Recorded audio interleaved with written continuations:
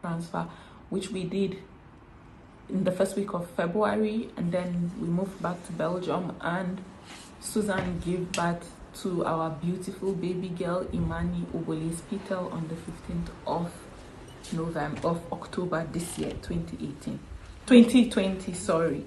But listen to Susan's part of the story, it even gets messier. Hi everyone, my name is Susan Obole. I had the baby on the 15th of October 2020. I opted for a cesarean, and I was told I have to take an epidural because I wanted the general anesthesia, and they said, oh no, in Belgium you have to take the epidural, which is safest. So I reluctantly obliged and I signed the consent form because I did not want any complication or anything to happen with the baby. So I went in to the theater and I was administered the epidural, but in the process of the epidural I felt pain on the left side of my back, and I kept telling the doctor, oh, I feel pain, and she kept telling me, oh, just be calm, I'm trying to get the good spot. And she kept twisting, I don't know what she was twisting, whether it was the needle or there was something else attached to it, but it felt like a round device or something, and she kept twisting and twisting, and she kept telling me, oh, just be calm. And at some point she actually found the point she claimed she was looking for, and I didn't feel the pain anymore. So the surgery was carried out, it was successful, but after I got back into the ward, the following day, I was told the epidural pump had to be removed. So they removed the pump, and at about 8 o'clock, I was able to sit. Everything seemed normal, but my legs were having spasms. But I was told it would wear off. And then later that day in the evening, it all went south, and I couldn't feel my legs anymore. A lot of doctors came. They had to look for a neurologist to come and check. She came and checked and said, I have to go for an MRI. I have had 4 MRIs already. The first 2, they said, oh, we didn't see anything. But the third one, they said I had to have a lumbar puncture. And I was taken for a lumbar puncture, and they came and said they saw a bacteria, but they don't know what the bacteria is. One of them even suggested, oh, maybe it's a disease from Africa, maybe tuberculosis or malaria or cerebral meningitis, and they carried out all the tests and they didn't see anything in my system. So the question was, where did the bacteria come from? Was it in the process of administering the epidural, it entered my system as a result of them not scrubbing me very well? Or is it that the person who administered the epidural did not know her job, or the instrument they used was not properly sterilized? And up till now, nobody has given me an answer. I have partial paralysis from my waist down. I can't poo on my own. I wear a diaper. I can't pee on my own. I have to use a catheter to take out the pee. It's been so difficult, and I asked for an apology from the anesthesiologist, and she said, oh, it's a complication, when we had a meeting with the team of doctors that were all involved in the process. So now I have decided that justice must be served. I need justice for this. I came into this hospital, I was on my feet. I was only pregnant. I only came to have a baby. I was never sick. They can check my medical records. I never reported sick during the process of the pregnancy. So I don't know what they are saying. They say it's a bacteria from where only God knows, and they know what happened. And the whole thing just was annoying, because at some point I was told it was a third-year resident that administered the epidural, and her supervisor claimed she just stood by the side and supervised her.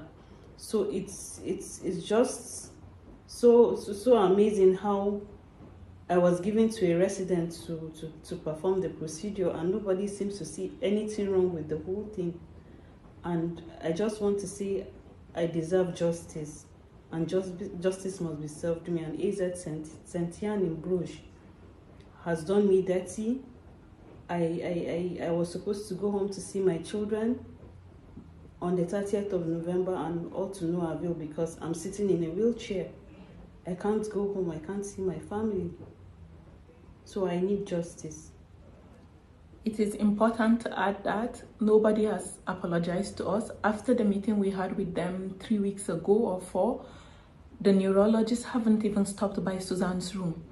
Like, it's just after we realized all this, they brought a rehabilitation doctor who is a black doctor. And for us, why? I feel they dragged him into this for damage control.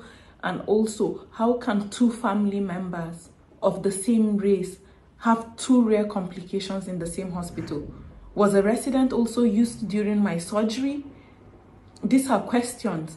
The hospital doesn't even want to apologize. We even said, okay, don't apologize. Let's sit and have a conversation. How do you make our lives easy? What happens to Suzanne's medical bills? Because we're looking for options.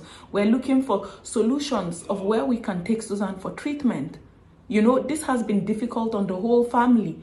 Suzanne's son turned 5 in November this month, and the daughter turns 3 next month in December. She was supposed to go home. How can they ruin 2 lives of 2 sisters and nobody is showing any remorse? Nobody feels like we deserve an apology. We feel it's, at first we thought it was subtle racism, but it's not even subtle. It's real glaring racism. Nobody even comes to us. They feel that maybe we're asking for too much.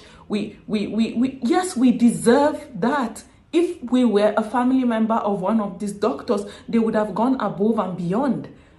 Her file was supposed to be sent to UZ Ghent. We kept on pushing. It was sent after a week.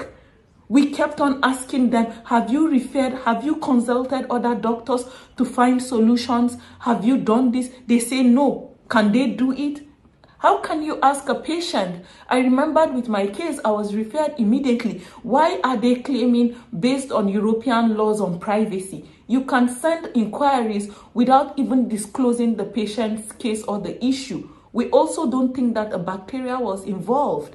I don't believe it. I believe that her nerve roots were damaged.